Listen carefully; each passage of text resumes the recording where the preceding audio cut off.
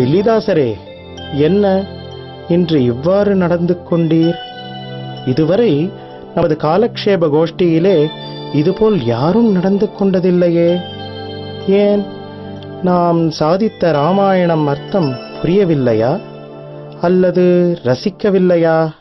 தேவரீருடைய திருவாக்கு எப்படிப்பட்ட அறிவிலையும் நன்கு புரிந்து ரசிக்கும்படியே இருக்கும். அப்படியானால் காலக்ஷேபத்திலிருந்து வெளியேறியது ஏன்? என்றாவது ஒரு நாள் இந்த சம்சார பந்தத்திலிருந்து விடுபட்டு மோட்ச பிராப்தி கிட்டும் என்ற ஒரு சிறு நம்பிக்கையில் இருந்தேன்.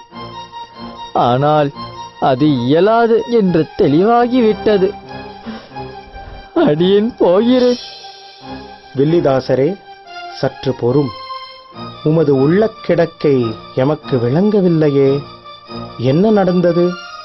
சற்று விவரமாகத்தான் கூறுமே. சுவாமி, தாங்கள் அருளிச் செய்த காலக்ஷேபத்திலே மனைவி, மக்கள், உற்றார், உறவினர், சகோதர சகோதரி என அனைவரையும் துறந்துவிட்டு வந்த விபீடனனுக்கே சரணாகதி என்பது இவ்வளவு கடுமையாக இருக்குமேயானால் அடியேன் இன்னும் எந்த ஒரு வஸ்துவையும் துறக்கவே இல்லையே. நமக்கு எவ்வாறு மோட்சம் கிட்டும் என்று கருதியதால்தான் அடியேன் தேவரீருடைய காலக்ஷேப கோஷ்டியிலிருந்து வெளியேறினேன். ஓஹோ, இதுதான் உமது வியாகுலத்திற்கு காரணமோ? ஆம் சுவாமி. தாசரே, உம்மை பற்றி கூறிவிட்டீர். ஆனால் எமக்கு மோட்ச பிராப்தி உண்டு என்று நீர் நம்புகிறீரா? சுவாமி, தேவரீர் திருவாக்கிலிருந்து இப்படி ஒரு வார்த்தையா? அடியேனுக்குத்தான் கிடைப்பதாக தோன்றவில்லையே தவிர தேவரீருக்கு நிச்சயம் உண்டு என்பதில் எல்லளவும் ஐயமில்லை. எமக்கு உண்டு என்று நம்புகிறீரல்லவா? ஆம் சுவாமி. அப்படியானால் நம் சம்பந்தப்பட்ட உமக்கும் நிச்சயம் உண்டு.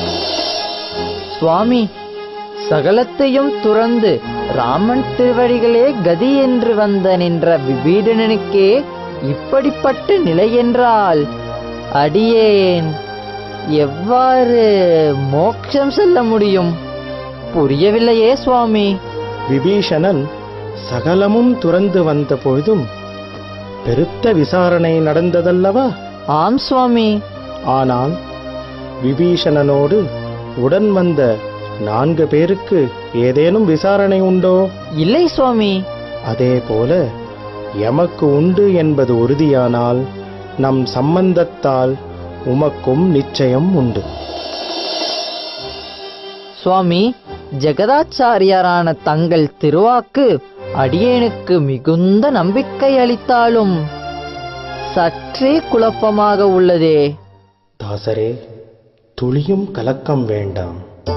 விபீடனுக்கு விசாரணை இருந்தாலும் உடன் வந்த ஏனையோருக்கு எப்படி விசாரணை இல்லையோ அதுபோலவே விசாரணை இருந்தாலும் உமக்கு முன்னதாக இருக்கும் ஆச்சாரியனுக்குத்தான் உண்டே தவிர ஆச்சாரிய சம்பந்தம் பெற்ற எந்த ஒரு அடியாருக்கும் விசாரணை இல்லை. ஆகவே உமக்கு மட்டுமல்ல, நமது சம்பந்தம் பெற்ற அனைவருக்கும் நம்மால் நியமிக்கப்பட்ட 74 சிம்மாசனாதிபதிகளின் வம்சாவழிகளில் யாரேனும் ஒருவரிடம் பஞ்சசம்ஸ்காரம் எனும் சரணாகதியை பெற்றுக்கொண்டால் அவர்களுக்கு நிச்சயம் சம்சார பந்தம் களையப் பெற்று மீண்டும் பிறவியிலா பெருவாழ்வு கிட்டும். தாசரே, அது ராமன் கோஷ்டி. அங்கு விசாரணை உண்டு. ஆனால் இது ராமானுசன் கோஷ்டி. இங்கு விசாரணை இல்லை.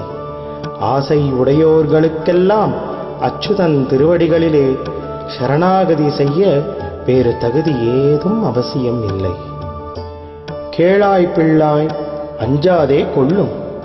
நான் பெற்றேனாகில் நீர் பெறுகிறீர். பெரிய நம்பி பெற்றாராகில் அடியேன் பெறுகிறேன். ஆளவந்தார் பெற்றாராகில் பெரிய நம்பி பெறுகிறார். மற்றும் மேலுள்ளார் பெற்றாராகில் இவர்களும் பெறுகிறார்கள். நம் சடகோபர் அவாவற்று வீடு பெற்ற என்று தம் வாக்காலேயே அருளிச் செய்கையால் அவர் பெற்றது உண்மை. ஆன பின்பு நமக்கும் கிட்டும் என்று இரும்.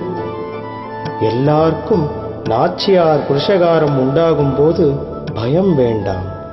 ஆசையாயிரே அகலகில்லேன் இறையும் என்று பெருமாள் திருமார்பை விட்டு பிரியாது இருக்கிறாள்.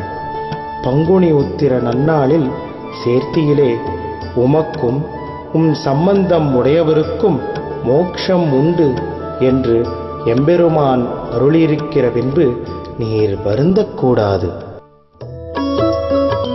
தெளிவு பெற்றேன் சுவாமி. அனைத்துலகம் வாழப் பிறந்த எம்பெருமானார் தரிசனத்தால் அனைவரும் பிறவிப்பினி நீங்கி உய்வார்கள் என்பது திண்ணம். உய்ய ஒரே வள்ளி உடையவர் திருவடி.